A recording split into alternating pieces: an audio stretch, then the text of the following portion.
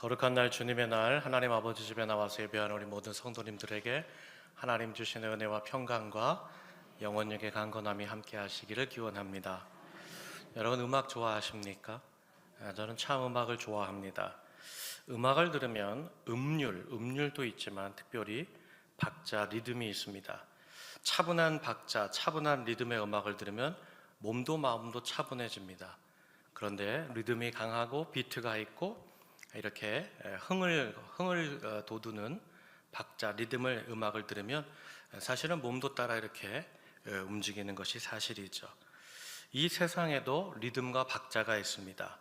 봄, 여름, 가을, 겨울 그 박자, 리듬을 따라갈 때 가장 건강하고 평화로운 인생을 사는 것이죠. 하나님께서도 영혼을 향한 박자, 리듬을 갖고 계십니다. 어느 때에는 급하고 빠르고 어느 때에는 이해할 수 없을 정도로 지루하고 답답한 느린 박자로 인생을 인도해 가시는 것이죠. 예를 들면 십자가 위에서 한 강도가 주님 나를 구원하소서 구원을 요청하실 때는 그야말로 세상에서 가장 빠르기로 말하면 가장 빠르고 가장 급하게 그를 구원해 주셨고, 또 나사로 친한 친구의 병든 소식에는 그렇게 친하고 깊은 교제를 나누셨음에도 불구하고 나사로의 병이 깊어지고 죽음에 이르고 그 장례 순서가 다 맞춰지는 때까지, 그 시간까지 기다리시게 하는 느리고 답답한 때도 있었습니다. 그런데 사랑하는 여러분, 하나님의 박자에는 분명한 것 한 가지가 있습니다. 그것이 뭔가 하면 하나님의 영적인 박자는 언제나 가장 완전하고 온전하고 완벽하다는 사실입니다.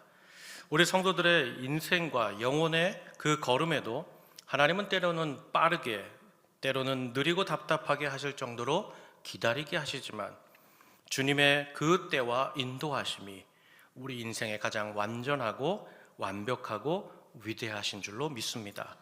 바라기는 언제나 우리 사랑하는 성도들이 주님께서 이끌어 가시는 그 영적인 박자, 리듬을 따라 걷는, 그래서 복된 인생을 사는 우리 성도님들 되시기를 주님의 이름으로 축복합니다. 오늘 말씀은 선지자 학개를 통하여서 성전 건축을 할 때쯤에 하나님이 주신 말씀입니다. 바벨론 포로의 70년이라는 세월을 암흑기를 이스라엘 민족이 보냈습니다. 바벨론의 포로가 되어 갔다면, 이제 나라와 민족이 망했다면 사실은 더 이상 꿈이 없는 겁니다. 게다가 70년 동안이라는 세월, 그 모든 것들을 다 잃어버리고 망각할 수 있는 시간이 도래했다? 그러면 그 민족과 그 나라는 소망이 없는 것이죠. 그런데 놀랍게도 하나님께서 이스라엘 민족을 사랑하시고 예레미야서를 통하여 말씀하셨듯이 70년이 차는 그때에 하나님께서 고레스 왕을 통하여서 칙령을 통해 너희들이 이제 자유하게 되어라, 너희들이 다시 고향에 돌아가 살아라, 놀라운 말씀의 명령을 받게 됩니다. 하나님께서 이스라엘 민족을 사랑하사 은혜를 베풀어 주신 겁니다. 그렇게 이스라엘 백성이 바벨론 포로 70년을 마치자마자 다시 예루살렘에 돌아와서 가장 먼저 선택한 것은 자신들을 새롭게 하고 자신들을 자유하게 했던 그 하나님 앞에 우리가 성전을 짓자, 하나님의 집을 가장 먼저 지어야겠다, 그리고는 성전 건축을 시작한 것입니다. 예수님께서도 우리에게 말씀하시기를 너희는 먼저 그의 나라와 그의 의를 구하라 말씀하셨듯이, 새롭게 돌아온 정결하게 된 이스라엘 민족 유다 백성은 가장 먼저 성전, 우리 신앙의 구심점인 하나님의 집 짓기로 결정하고 건축을 시작한 거죠. 그런데 외부적으로 이 성전을 방해하는 음모가 나타납니다. 외부의 나라와 사람들이 고레스 왕에게 저들이 성전을 짓는 것은 당신이 베푼 자유에 대해서 항거하는 겁니다. 저들이 다시 당신을 반역할 겁니다. 음해했습니다. 그래서 왕이 그 성전 건축을 멈추라 명령하기도 했고, 또 북쪽에 있었던 사마리아 사람, 사실은 형제지요, 먼저 아수르에게 망하면서 그만 혼인 정책에 혼혈로 말미암아 이방인과 부정하게 되었다는 그 사람들이 우리도 성전을 짓는데 일조하겠다고 찾아왔습니다. 그런데 70년 바벨론 생활 중에 그들이 깨달은 게 뭡니까? 우리가 정결해야 된다, 하나님 앞에 부정이 없어야 된다. 그래서 찾아온 형제들, 그들이 부정함을 깨닫고 성전 건축을 함께 하지 못하겠다고 거절했습니다. 그때 사마리아 사람들이 그 마음이 불편하고 그 마음에 시기심이 일어나서 어떻게 합니까? 도리어 형제가 도와주어야 되는데 형제들이 나서서 성전을 방해하고 건축을 회방 놓는 방해꾼들이 되고 말았습니다. 외부적인 문제도 있었지만 사실 내부적으로 더 심각했던 것은 그 이스라엘 백성의 형편이 넉넉하지 못했습니다. 고레스 왕이 유다 백성들에게 돌아가라 얘기했지만, 돌아와서 성전을 처음 짓는 선한 일을 시작했지만 사실 손에 든 것이 없었습니다. 여러분, 70년을 바벨론 노예로 살았는데 무슨 퇴직금이 있고 연금이 있고 뭐하는 돈이 있겠습니까? 노예로만 살다가 주인이 시키는 데서 주인이 주는 밥만 먹고 살다가 예루살렘에 돌아왔으니 호주머니에 가진 것이 없는 것이죠. 외부적인 방해, 내부적으로는 성전을 건축할 만한 재정과 뒷받침이 없었기 때문에, 부족함 때문에 이스라엘 민족이 성전 건축을 시작한 지 얼마 되지 않아서 스스로 생각했습니다. 지금은 때가 아닌 것 같아. 지금은 어려우니 여기서 우리가 조금 더 재물을 모으고 우리가 조금 더 재료들을 준비한 다음에 넉넉해지면 우리가 성전 건축을 시작하자. 그렇게 성전 건축을 멈추고 만 겁니다. 솔직히 이스라엘 민족이 다시 돌아와서 성전을 건축할 때에 가장 먼저 누구 하나 성전이 첫 번째다, 그 마음의 변함이 있었겠습니까? 이스라엘 백성 중에 누구 중에 하나님의 성전을 짓고 싶지 않다, 그런 마음 가진 사람이 있었겠습니까? 다만 당장 지금 우리의 형편과 처지가, 상황이 어려우니 조금만 더 준비하고 조금만 더 잘 예비해서 다시 성전을 짓겠다고 결정하면서 성전 건축이 멈추게 된 겁니다. 처음에는 1년만 준비하자, 그렇게 결정했습니다. 요 다음에 잘하자, 그렇게 생각했습니다. 그런데 그게 안 됐죠. 무려 15년 동안 성전 건축을 하지 못한 채 성전의 터만 내버려 두었습니다. 바로 그렇게 15년이 지난 시점에 하나님께서 학개 선지자를 통하여서 말씀을 주신 것이 학개서의 말씀입니다. 먼저 제가 학개서 1장 8절을 읽겠습니다. 너희는 산에 올라가서 나무를 가져다가 성전을 건축하라. 그리하면 내가 그것으로 말미암아 기뻐하고 또 영광을 얻으리라. 여호와가 말하였느니라. 지금까지 어렵다고 미루었던 성전 건축, 얘들아 15년이나 되었는데 이제는 너희가 뒷산에 가서 나무라도 하는 것으로 새롭게 시작해야 되지 않겠느냐. 그렇게 하나님께서 다시 성전 건축을 명령하실 때에 스룹바벨, 모든 포로된 자들, 돌아온 자들을 통치하던 총독과 여호수아라는 대제사장이 그에 응답합니다. 그리고 모든 백성에게 다시 우리가 힘을 내서 성전을 지읍시다, 멈추었던 성전을 다시 재건합시다, 그렇게 시작하게 된 것이죠. 그렇게 말씀에 순종하여서 하나님 앞에서 다시 성전을 15년 만에 재개한 날이 언젠가, 학개서 1장 마지막 15절을 보면 이렇게 기록되어 있습니다. 그때는 다리오 왕 제2년 여섯째 달 24일이었더라. 6월 24일에 이제 하나님 앞에 첫 삽을 다시 뜨게 된 것입니다.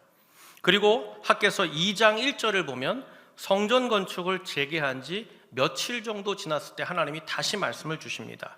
2장 1절을 제가 읽겠습니다. 일곱째 달 곧 그 달 21일에 여호와의 말씀이 선지자 학개에게 임하니라 이르시되. 여러분, 성전 재건을 건축을 다시 시작한 것이 6월 24일입니다. 근 한 달이 되지 못한 7월 21일에 하나님께서 다시 2장의 말씀을 주셨다는 거예요.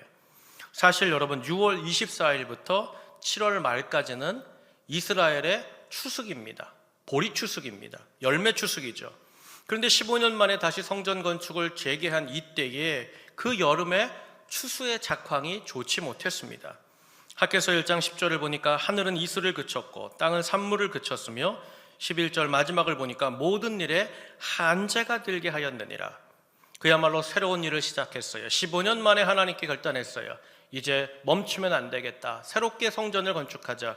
그랬더니 어떤 일이 벌어져요? 추수할 때 좀 열매가 나면 좋은데, 조금 더 내가 천실에 지금 현재 수입이 나아지면 좋겠는데 전혀 뒷받침이 되지 않는 가뭄과 기근이 들었다는 겁니다. 사랑하는 여러분, 아무리 좋은 뜻과 계획이 있어도 뒷받침해주는 지원이 부족하면 사실 그 일을 계속 적극적으로 추진하기 어려운 것이 세상의 일입니다. 그렇게 어렵게 재개한 성전 건축으로 말미암아 그들이 점점 더 어려움에 처하게 되는 상황이 있었던 것이죠. 게다가 7월 21일은 장막절입니다. 왜 장막절이 중요한가 하면 솔로몬이 처음 성전을 지어서 하나님께 봉헌한 때가 바로 장막절입니다. 그런데 그렇게 성전 건축을 시작한 지 한 달이 못 되고 그 한 달 동안 소득도 없고 열매도 없어서 정말 점점 더 이스라엘 백성들에게 어려운 중에 이 7월 21일에 이스라엘 백성 전부를 다 낙담하게 하고 절망시키는 사건이 벌어집니다. 그 사건이 학개서와 같은 시대를 논하고 있는 에스라서에 그대로 기록되어 있는데, 에스라서 3장 12절 말씀을 한번 다 함께 읽겠습니다. 함께 읽겠습니다. 시작. 제사장들과 레위 사람들과 나이 많은 족장들은 첫 성전을 보았으므로 이제 이 성전의 기초가 놓임을 보고 대성통곡하였으나. 아멘. 여기 보니까 제사장들, 레위 사람, 또 어떤 사람들이요? 나이 많은 족장들이라고 나옵니다. 한마디로 이스라엘의 영적인 지도자 어르신들입니다. 이 어르신들이 그 성전을 두 번째 짓는 성전 앞에서 대성통곡하는 일이 벌어집니다. 이유는 뭘까요? 이분들이 5살, 나이가 많아야 10살쯤에 그 부모님의 손을 잡고 솔로몬이 지어 봉헌했던 성전을 보았습니다. 가서 거기서 제사도 드렸고 그 성전의 기둥도 만져보았고 그 성전 내부도 보았습니다. 그리고는 70년 바벨론 포로 생활 중에 마치고 돌아오니 이제 70 중반, 80 초반이 된 겁니다. 그런데 다시 하나님 앞에 성전을 짓는다고 다음 세대가 봉헌하려고 준비하는 성전 건축을 보니까 어때요? 그 두 번째 스룹바벨이라는 성전을 보는데 이건 기가 차는 거예요. 과거 내가 5살, 10살 때 보았던 그 아름다운 성전과는 너무나 비교할 수 없고 작고 초라하고 보잘것없다면서 그분들이 다음 세대 앞에서 그 성전터에서 목 놓아 통곡했다는 겁니다. 여러분, 실제로 솔로몬의 성전은 크고 대단히 위용 있고 아름다웠습니다. 역대하 2장 5절 보면 솔로몬이 성전을 지을 때에 그가 작심한 것이 있습니다. 내가 건축하고자 하는 성전은 크다는 겁니다. 크다는 말은 무슨 뜻이냐? 내가 살고 있는 이 지역에서 가장 큰 랜드마크가 될 것이다. 가장 위대한 건물이 될 것이다. 왜? 하나님이 가장 크시니까. 모든 신들의 신전보다 내가 더 크게 할 것이다. 그것이 솔로몬의 설계도였습니다. 게다가 솔로몬이 성전을 건축하고 봉헌했던 그 시기가 이스라엘 역사의 어떤 시기입니까? 부국강병, 태평성대의 시대입니다. 아버지 다윗이 모든 것을 준비했어요. 곱게 뻗은 백향목과 금은 보석이 돌과 같이 거리에 나부낀다 할 정도로 그야말로 솔로몬 다윗의 시대는 모든 것이 넉넉하고 풍족했던 시대입니다. 게다가 솔로몬이 어떻게 하느냐? 수많은 기술자들, 수많은 인력들과 필요한 물품, 또 전 세계로부터, 주변 세계로부터 조공까지 들어올 정도로 저야말로 풍성하게 지었던 성전이 솔로몬 성전이었습니다. 솔로몬이 성전을 봉헌할 때에 그가 한 가지를 기록해 놓은 것이 있습니다. 그것이 뭔가 하면 성전 건축에 참여한 단번의 총 인원수입니다. 인력수를 적어놨어요. 그러니까 매일매일 이 정도의 인력이 가서 성전을 건축했다는 거예요. 그 인력이 몇 명일까요? 그 사람들, 하루에 일하던 사람이 몇 명이었을까요? 역대하 2장 17절 하반절을 제가 읽겠습니다. 이제 솔로몬이 다시 조사하며 모두 15만 3,600명이라. 18절은 우리 다 함께 읽겠습니다. 시작. 그 중에 7만 명은 짐꾼이 되게 하였고 8만 명은 산에서 벌목하게 하였고 3,600명은 감독으로 삼아 백성들에게 일을 시키게 하였더라. 아멘. 여러분, 하루에 투입된 인력이 몇 명이에요? 15만 3,600명. 여러분, 요즘에 어떤 성전 건축하는 교회가 단 하루에 15만 3,600명을 운영합니까? 그야말로 엄청난 역사죠. 그야말로 최고의 것들, 넉넉하게 준비된 것들, 그것도 최고의 장인들과 인력들이 막대한 시간과 막대한 노력을 투자해서 지어 봉헌한 것이 어떤 성전이에요? 첫 번째 성전, 솔로몬 성전이었다는 거예요. 제가 솔로몬 성전이 어땠을까? 그림을 한번 찾아봤습니다. 외부적으로는 이래요. 그 외부의 아름다움과 위용과 웅장함 대단하죠. 그 내부는 더 환상적입니다. 여러분, 이게 솔로몬 성전, 모든 것을 금으로 도배한 솔로몬 성전의 내부입니다. 여러분, 금으로 도배했으니 그 안에 들어간 사람이 어떻겠어요? 그야말로 영광과 황홀함이 가득했을 그런 성전의 영광을 그들이 다 보고 누리고 만졌을 것입니다. 그렇게 성전을 어릴 적에 방문한 분들, 여러분, 어릴 적에 방문하면 더 커 보이잖아요. 더 크게 느껴지잖아요. 그분들이 다시 70년 포로 생활을 돌아와서 이제 노인이 되어서 민족의 지도자들이 되어서 어른이 되어서 지금 짓겠다는 이 수룹바벨 성전을, 재건하는 수룹바벨 성전을 보니까 어때요? 이건 솔로몬 성전의 화장실만도 못한 거예요. 발뒤꿈치도 못 쫓아오는 거예요. 여러분 보시기에 지금 수룹바벨 성전의 모습이 어떻습니까? 솔로몬 성전과 비교하면 어때요? 초라하게 크지 없죠. 작죠. 뭐 재료가 별거 없어요. 솔로몬 성전은 고든 백향목으로 졌는데 하나님께서는 너희가 백향목을 준비할 수 없으니 어디 가서 예루살렘 뒷산 가라 그랬어요. 뒷산이 어디예요? 주님이 기도하셨던 겟세마네 동산이에요. 여러분 거기에 무슨 나무가 가득해요? 올리브나무, 감람나무. 여러분 감람나무는 다 구부러지고 목재를 쓸 수 없는 나무예요. 그런 나무들을 가져다가 지니 여러분 마음이 어떻겠어요? 그야말로 눈물 나올 만하지 않습니까? 솔로몬의 그 영광을 본 소수의 어르신들이 그야말로 성전 앞에서 마음을 두드리고 눈물의 통곡이 터지기 시작했다는 거예요. 그렇게 보잘것없다, 야 이게 무슨 성전이냐, 어찌 이것을 성전이라고 말할 수 있겠느냐, 참담하다, 이 말을 하면서 믿음의 어르신들이 우니까 결국 누가 영향을 받아요? 그 어려운 중에 하나님의 말씀에 순종하여 15년 만에 그래도 없는 중에도 다시 시작해보자, 다시 15년 만에 우리가 뒷산에 가서 감람나무라도 꺾어서 하나님의 성전을 세워보자. 하나님 앞에 열심히 순종하는 그 다음 세대가 뭐 받는 거예요? 불편하고 부정적인 영향을 받는 거예요. 그러면서 다음 세대 마음에 뭐가 생기는 거예요? 야 이거 지어봤자 어른들한테 칭찬도 못 받아, 이게 정말 성전이야? 우리는 성전을 보지 못했지만 저분들이 봤다고 하잖아. 이건 성전이 아니라고 하잖아. 이거 형편없는 거 지어서 도리어 하나님께 해가 되고 도리어 여기서 멈추고 그냥 끝내는 게 낫지 않느냐. 그야말로 한 달도 안 된 그날 7월 21일에 성전 짓겠다고 일어났던 모든 열망과 그 불이 이 사람들의 말로 말미암아 상실되고 꺾어지는 위기를 맞았다는 거예요. 사실 우리에게도 이런 일들이 일어나죠. 과거의 어떤 영광, 과거의 어떤 것과 지금을 비교하면서 다음 세대를 평가하고 다음 세대가 살아가려고 하는 그 소망을 꺾어버리는 겁니다. 옛날에 내가 다 해봤지, 옛날에 다 해봤어요, 그랬다니까요. 과거에 그랬어요. 그러면서 지금 뭔가 하려는 세대를 찍어 누르고 자신들의 생각과 자신들의 기억만을 주장하는 것이죠. 이렇게 되면 그야말로 아름다운 공동체, 힘을 내는 공동체는 의욕이 꺾어지고 낙담하게 되는 것이죠. 이제 이스라엘 민족이 이와 같이 한 달도 안 돼서 정전 건축의 재개의 위기가 찾아온 겁니다. 그때 하나님이 다시 찾아와서 주시는 그 하나님의 말씀이 무엇인가? 그 말씀이 3절에 있는데 다 함께 읽겠습니다. 함께 읽습니다. 시작. 너희 가운데 남아있는 자 중에서 이 성전의 이전 영광을 본 자가 누구냐? 이제 이것이 너희에게 어떻게 보이느냐? 이것이 너희 눈에 보잘것없지 아니하냐? 아멘. 하나님께서도 지금 짓고 있는 이 성전 보잘것없다고 알고 계셨습니다. 그들이 소수의 생각들을 다 보고 계셨다고 인정하셨습니다. 부족하지 않냐? 연약하지 않냐? 보잘것없는 거 맞지 않느냐? 말씀하셨습니다. 사랑하는 여러분, 하나님이 어떤 분인데 과거 솔로몬이 지어서 봉헌한 그 성전의 위엄과 아름다움과 비교하여 지금 두 번째 짓고 있는 이 수룹바벨의 성전의 차이를 왜 모르시겠습니까? 사람도 그 앞에서 그 차이를 보고 엉엉 울고 있는데 여러분, 하나님께서 왜 모르시겠습니까? 그러면서 하나님이 이 건축, 이 두 번째 성전 볼 것 없다고 화를 내십니까? 꾸중을 내십니까? 성전의 의미를 잃어버린 자들에게 화를 내시니까? 그렇지 않죠. 도리어 하나님께서 이어주시는 말씀이 놀라운 말씀입니다. 4절 상반절을 보면 세 번이나 스스로 굳세게 하라. 너희는 스스로 굳세게 하라. 모든 백성아 스스로 굳세게 하며 일할지어다.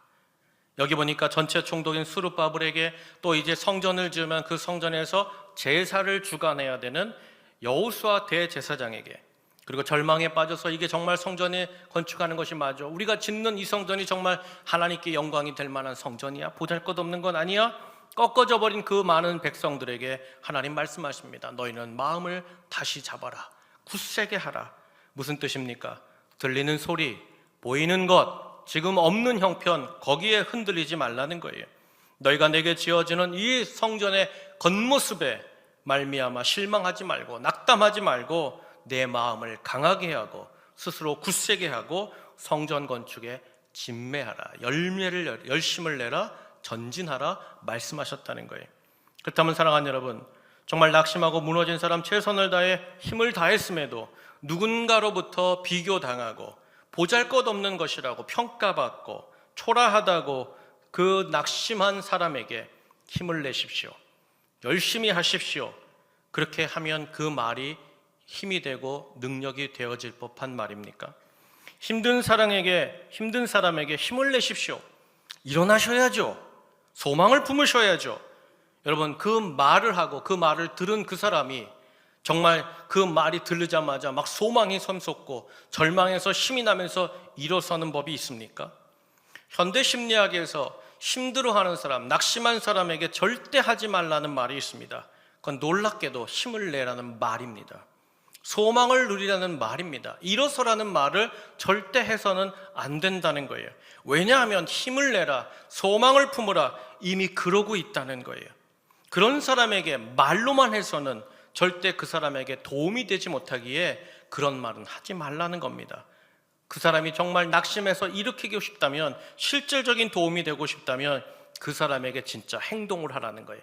그 사람을 위한 하나의 힘을 줄 수 있는 행위를 하라는 거예요. 말만이 아니라 실제로 힘들어진 사람의 손을 잡아주거나 그의 어깨를 두드려주거나 어떤 도움이나 섬김이나 어떤 지원의 행동을 감행하라는 겁니다. 그렇다면 사랑하는 여러분, 오늘 하나님께서 이르시되 오늘 너희는 스스로 굳세게 하라, 열심을 내라, 이 말씀만 하셨나요? 아니면 그 뒤에 하나님께서 절망하고 낙심한 이들에게 감행한 일이 있으셨습니까? 여러분, 2장 4절의 마지막을 다 함께 읽겠습니다. 함께 읽습니다. 시작. 내가 너희와 함께 하노라, 만군의 여호와의 말이니라. 하나님 말씀하십니다. 총독에게 스스로 굳세게 해라. 대제사장에게 얘기합니다. 스스로 굳세게 해라. 모든 백성들아 스스로 굳세게 하라. 그리고 말로 끝나는 것이 아니라 어떤 행동을 하세요? 내가 너희와 동행하리라, 함께하리라.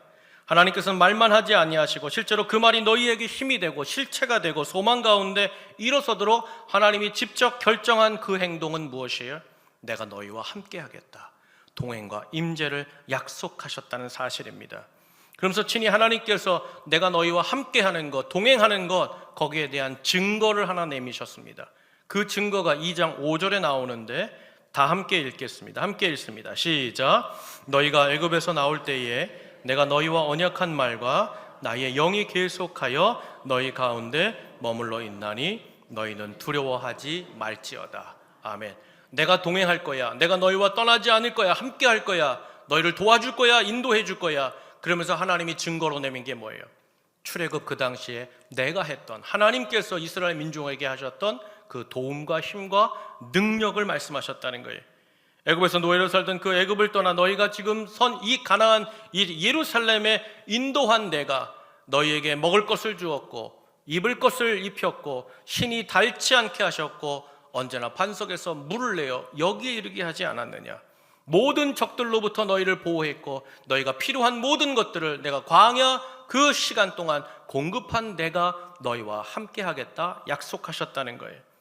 사랑하는 여러분, 사실 세상을 살면서 내 편이 되고 내게 도움이 될 만한 한 사람, 진심으로 나를 섬겨주고 도와줄 사람 한 사람만 있어도요 얼마나 힘이 나는지 모릅니다. 내 곁에서 나와 함께하고 나를 지지하고 도와주고자 하는 그 사람만 함께해도요 우리는 다시 일어설 수 있는 소망과 힘이 얻어지는 것이죠. 그런데 사랑하는 여러분, 지금 낙담하고 낙심에 빠진 이스라엘에게 친히 과거에도 내가 동행했듯이 함께했듯이 오늘도 여전히 내가 너희와 함께할 거야, 이 행동을 말씀하시고 약속하신 분이 누굽니까? 온 천지를 만드시고 주관하시고 그 모든 일의 결과를 아름답고 선하게 인도하시는 창조주 되시는 하나님이 함께 하시고 동행하신다는 약속을 주신 줄로 믿습니다.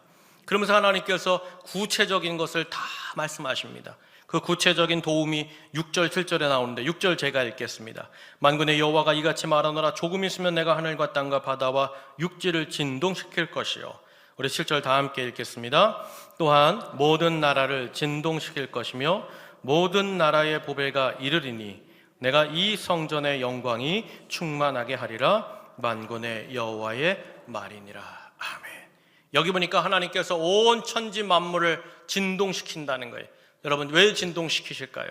성전에 필요한 재물들, 기구들, 도구들, 재료들, 그야말로 모든 주변의 사람들이 이 성전 건축에 한마음 될 수 있도록 내가 저들을 흔들어서 저들이 그 아름다운 것들을 가지고 올 수 있도록 어떻게 하시겠다? 공급하시겠다는 거예요. 내가 그 일을 하겠다는 거예요. 더 쉬운 말로 말씀드릴까요? 한마디로 너희가 성전 건축에 멈춤이 없으면, 지금 맡겨진 일을 전진하면 내가 성전 건축하는 것은 물론이요, 입당은 물론이요, 준공까지 뭐 하시겠다? 책임져 주시겠다. 사랑하는 여러분, 왜 하나님이 이와 같이 동행할 때 이런 일이 벌어질까요?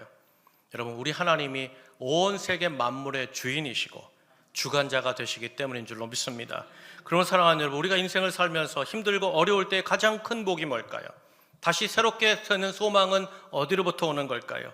건축께서 나와 함께 하실 때 일어나고 나타나는 줄로 믿습니다. 결국 주님이 그렇게 친히 함께 하심으로, 내가 동행함으로 하나님께서 다시 이 스룹바벨 성전이 건축되었을 때 하나님이 약속한 말씀이 있습니다. 그 약속이 2장 9절에 있는데 다 함께 읽겠습니다. 함께 읽습니다. 시작. 이 성전의 나중 영광이 이전 영광보다 크리라. 만군의 여호와의 말이니라. 내가 이곳에 평강을 주리라. 만군의 여호와의 말이니라. 아멘. 저를 따라 하시죠. 나중 영광이 이전 영광보다 크리라. 아멘. 무슨 뜻이에요? 솔로몬 그 성전보다 지금 너희가 짓는 이 성전의 영광이 더욱 클 것이다 약속하셨다는 거예요.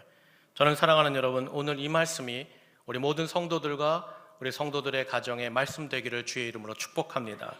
그렇다면 제가 여기서 한 가지를 여쭙겠습니다. 오늘 소수의 과거에 몇 사람들이 본 솔로몬의 성전 그 영광을 찬송했습니다. 칭송했습니다.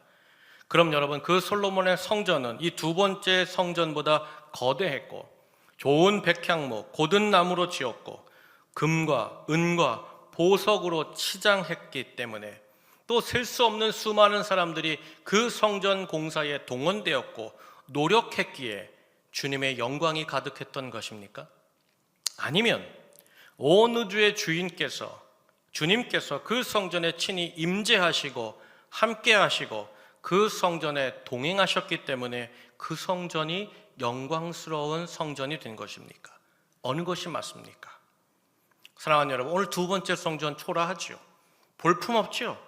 고든 백향목이 없어서 다 구부러진 감람나무, 올리브나무를 꺾어다가 지을 수밖에 없었던 형편이었습니다. 과거 솔로몬의 그 성전과 비교할 때 사람 눈에 보기에도 가히 비할 수 없는 초라한 모습이었습니다. 그러나 그럼에도 친히 하나님께서 그 성전에 함께 하심으로, 그것은, 그 성전은 세상 어떤 영광과도 비교할 수 없는 가장 거룩한 곳이요 아름답고 가장 영광스러운 성전이 된 줄로 믿습니다. 하나님께서 감히 그 성전 건물에 함께 하심으로 그것이 아름다운 곳이 되고 거룩한 곳이 되고 영광의 땅이 되는 줄로 믿습니다. 실제로 성경을 보면요, 수많은 인물들이 영화롭고 영광스러운 인생을 산 것을 보게 됩니다. 그런데 그분들의 인생을 잘 이렇게 살펴보면 반드시 조건문과 같이 공통적으로 발견되는 짧은 구절이 있습니다. 그 인생을 영광스럽고 위대하게 했던 가장 짧은 구절, 그 구절이 모든 성경의 인물에서 발견되는 거예요. 여러분, 그 구절이, 그 짧은 단어가 무엇일까요? 노아를 보니까 창세기 6장 9절 하반절에 그는 하나님과 동행하였다. 요셉을 보니까 요셉 창세기 39장 2절 상반절에 여호와께서 요셉과 함께 하심으로 그가 형통한 자가 되었다. 모세를 볼까요? 출애굽기 3장 12절 상반절에 하나님이 이르시되 내가 반드시 너와 함께 있으리라. 여호수아 볼까요? 여호수아 6장 27절에 여호와께서 여호수아와 함께 하시니 여호수아의 소문이 그 온 땅에 퍼지니라. 사무엘 볼까요? 사무엘상 3장 19절 보니까 사무엘이 자라매 여호와께서 그와 함께 계셔서 그의 말이 하나도 땅에 떨어지지 않게 하시니라. 다윗을 볼까요? 사무엘하 5장 10절에 만군의 하나님 여호와께서 함께 계시니 다윗이 점점 강성하여 가니라. 유대의 왕 히스기야 볼까요? 열왕기하 18장 7절 상반절에 여호와께서 그와 함께 계심에 그가 어디로 가든지 형통하였더라. 아멘. 여러분, 위대한 인생은 어디서부터 시작되는 겁니까? 하나님이 함께 하실 때, 주님의 그 임재와 동행의 역사가 시작되면, 보이는 것들이나 상황이나 환경이나 지금 형편의 어떤 조건들이 아니라 그 인생 위에 주님이 함께 하심으로 저들의 인생이 영화롭고 영광스러운 인생이 되어진 줄 믿습니다. 사랑하는 여러분, 오늘 2부 예배 드리는 우리에게도 마찬가지죠. 다를 바 없습니다. 오늘 나와 내 가정이 다시 영광스럽고 위대하게 되는 것은 지금 여러분이 가지고 있는 보이는 것들이나 치장하는 것들이 아닙니다. 화장 잘하고 와서 여러분의 얼굴이 빛나는 것이 아니에요.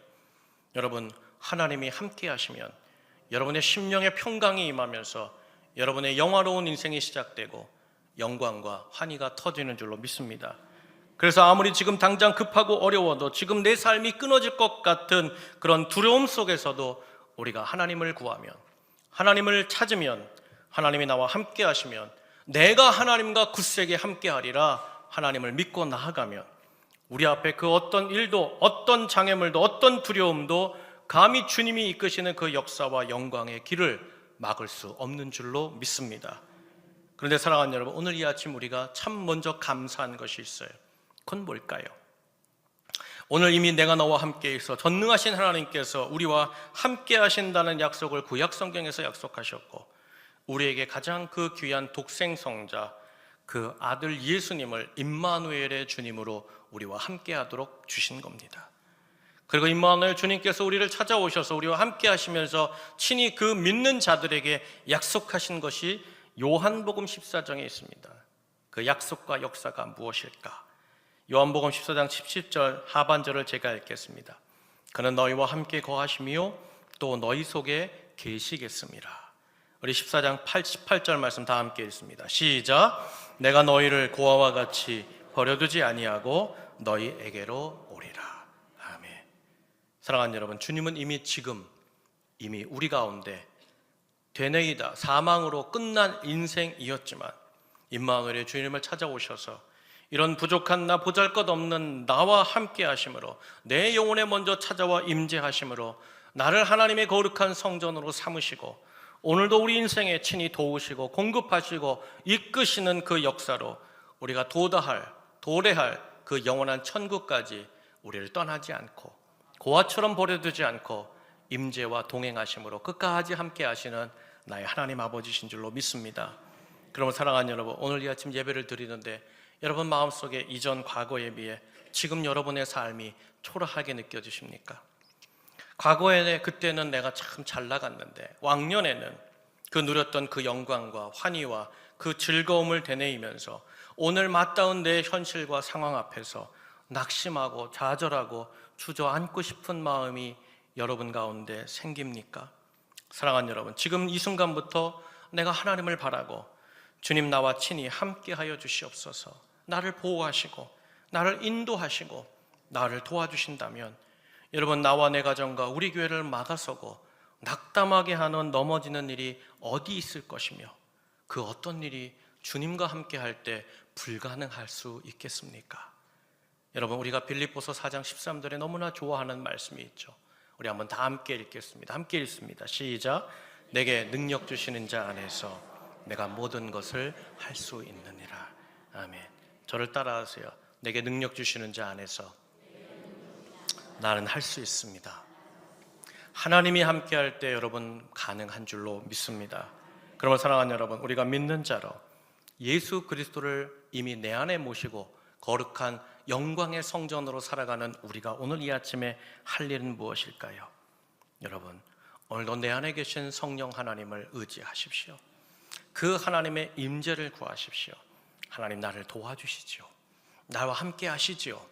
여러분 우리가 굳게 그 믿음을 세우는 것이 우리의 일이라면 그때마다 우리 환경과 우리 세상의 뒤축을 흔드시면서 힘과 능력과 치유와 회복과 그 하나님의 풍성함을 공급하시는 것은 우리 하나님의 일이 될 줄 믿습니다.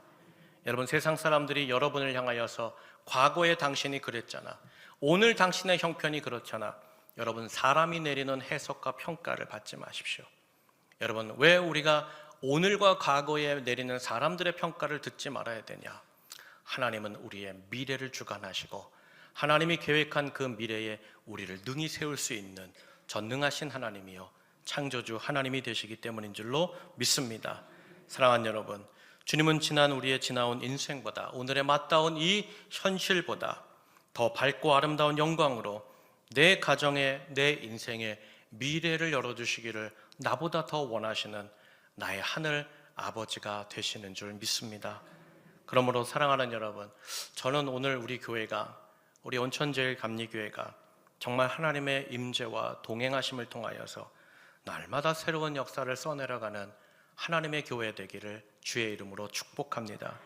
또 우리 공동체 안에서 생활하는 우리 모든 성도님들, 그 가정과 자녀들 한 사람도 빠짐없이 진정으로 주님이 베풀어 주시는 그 영화롭고 영광의 대로를 달려가기를 주의 이름으로 축복합니다. 아멘 하신 분들만 받기를 바랍니다. 사랑하는 여러분, 그러므로 내 입술에 오늘 이 아침에도 이전에는 그랬지, 과거에는 그랬어, 그 과거의 영광만 되너이다가 끝나는 인생이 아니라 과거에 그때는 왕년에는이라는 그 과거의 말로 여러분 주님이 열어주시는 영광스러운 미래를 먼저 묵지 마십시오. 도리어 닫으면 열 자가 없고 열면 가히 닫을 자가 없으신 바로 주님, 그 주님이 다시 우리 인생 가운데 함께 하시고 성령으로 동행하시며 열어주시는 그 복되고 영화로운 미래, 이전 영광과는 가히 비교할 수 없고 가히 상상도 못하는 하나님의 그 도우심과 능력과 역사 가운데 날마다 찬송하며 기쁨의 자리, 승리의 자리, 소망의 자리, 그 찬양의 자리를 날마다 이어가는 우리 기적의 성도, 하나님이 도우시는 성도, 하나님이 복 주시는 인생 되시기를 주님의 이름으로 간절히 축원합니다. 이 시간 우리 말씀 붙잡고 함께 기도하면 좋겠습니다. 사랑하는 여러분, 어렵다고 절망하지 마십시오. 낙심하지 마십시오. 지금 내게 맡겨진 이 사명, 이 직분, 내가 하고 있는 이 섬김이 보잘것없다고 하나님 앞에 투덜거리지도 마십시오. 하나님께서 내게 함께 하시면, 하나님께서 나와 동행하시면 그 일은 영광스러운 일이 될 것이요, 어떤 일과도 비교할 수 없는 영화가 될 것이요, 복된 일이 될 것입니다. 얼마든지 우리 하나님은 모든 것을 뒤집어서 함께 하시는 분이십니다. 그러므로 사랑하는 여러분, 문제 때문에, 상황 때문에 내가 가진 것이 없다고 두려워하지 마십시오. 오늘 이 아침 다른 것 없습니다. 주님 나와 함께 계시지요. 내가 주님과 함께 걷기 원합니다. 내가 상황이 아니라 내 미래를 해석하시고 미래를 하나님 앞에 영화롭게 우리 가운데 펼쳐주실 하나님과 동행하기 원합니다. 내 가정에, 내 자녀들에게 주님의 그 위대한 역사와 영광과 평안을 허락하여 주옵소서. 내가 살아가는 삶의 터전마다 주님의 임재와 영광으로 함께하사 주님의 영광을 비춰주시사 하나님 아버지여, 정말 주님을 기쁘시게 하고 주님께 찬송이 되는 인생이 되게 하여 주옵소서. 우리 다 함께 말씀 붙잡고 함께 기도하겠습니다. 하나님 감사합니다. 우리를 향한 하나님의 생각은 평안이요 하나님 미래와 소망인 줄 압니다. 하나님께서 오늘 이 아침 우리 가운데 함께하여 주시고 하나님의 말씀 가운데 서게 하여 주시옵소서. 이전 영광보다 너희가 이제 도래하는 영광이 더욱 크고 아름다우리라.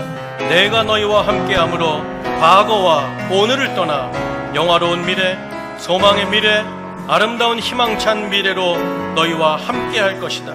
하나님 아버지 감사합니다. 오늘 이 아침에 다시 이제 긴 명절을 마치고 일상으로 돌아갑니다. 이전의 모든 영광은 다 사라지게 하시고 도래하는 하나님과의 만남, 하나님과 새롭게 열어주시는 그 영광의 일이 있게 하여 주시옵소서.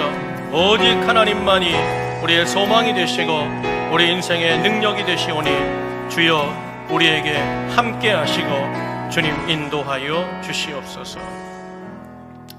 살아계신 하나님, 우리와 함께 하시는 줄로 믿습니다. 이렇게 부족하고 연약한 우리를 찾아오셔서 아무것도 볼품없는 인생 위에 하나님 거룩한 성전 삼으신 것은 주님이 오늘도 나와 함께 하시며 오늘도 주님의 그 역사와 능력이 멈춤이 없는 주님의 은혜 때문인 줄로 믿습니다. 하나님, 이후로 모든 것을 떠나 하나님이 열어주시는 그 미래를 거머쥐게 하여 주옵소서. 하나님이 영화롭게 하시고 영광스럽게 하실 그 복된 삶으로 나아가는 우리 모든 성도들과 가정과 우리 교회가 되게 하여 주시옵소서. 우리 주님 예수님의 귀하신 이름으로 감사하고 기도하옵나이다. 아멘. 우리 다 함께 자리에서 일어나셔서 창조의 아버지 찬양하고 축도함으로 예배를 마치겠습니다.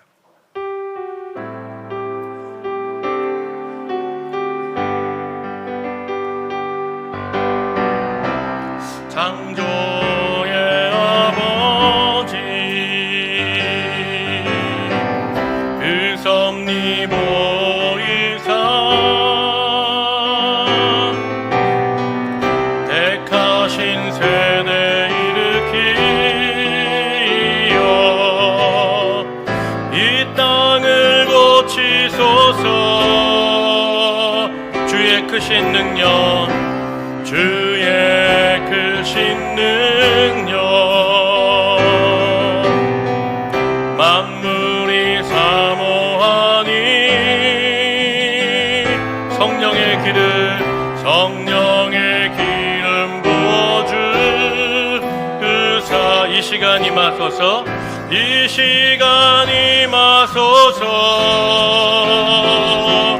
주 영광 여기 임하사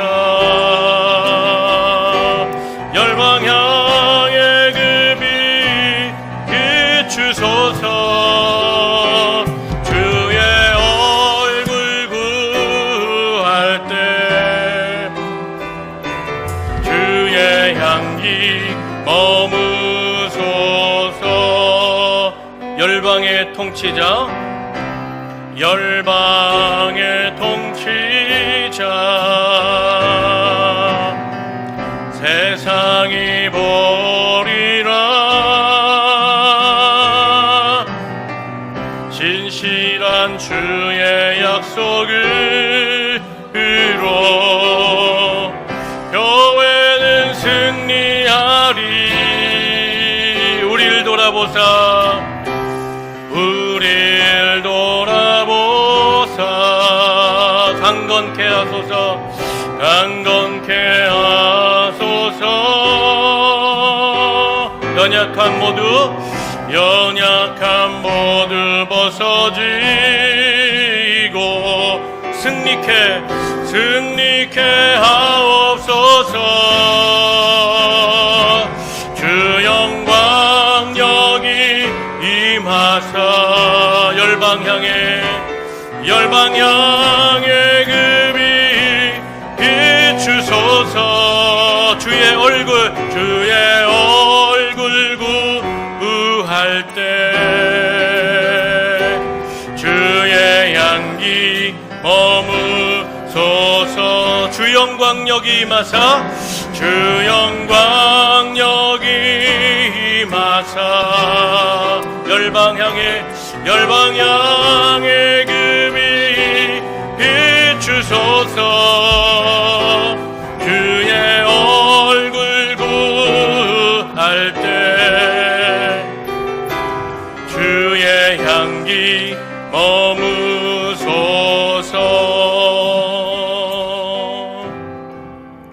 기도하겠습니다. 이제는 우리 구주 예수 그리스도의 은혜와 하늘 아버지의 무한하신 사랑하심과 성령의 감화 감동 교제 교통하시며 우리 가운데 함께 하시는 성령님의 그 교통과 위대한 역사가 이제 하나님 아버지 주님 나와 함께 하여 주옵소서. 내가 주님과 함께 하기 원합니다. 주님이 이끄시는, 공급하시는, 도우시는 영광스러운 인생으로 나아가기 원합니다. 주님을 소망하며 나아가는 우리 사랑하는 모든 온천제일 성도들의 머리 위에, 그 가정과 자녀들과 기업과 직장과 삶의 모든 자리 위에 과거의 그 어떤 역사와 영광보다 이제 내가 더 크고 원대한 영광과 평강으로 인도하리라 약속하신 우리 온천제일교회 위에, 이 나라와 이 민족 위에 이제로부터 영원토록 함께 계시기를 간절히 축원하옵나이다. 아멘.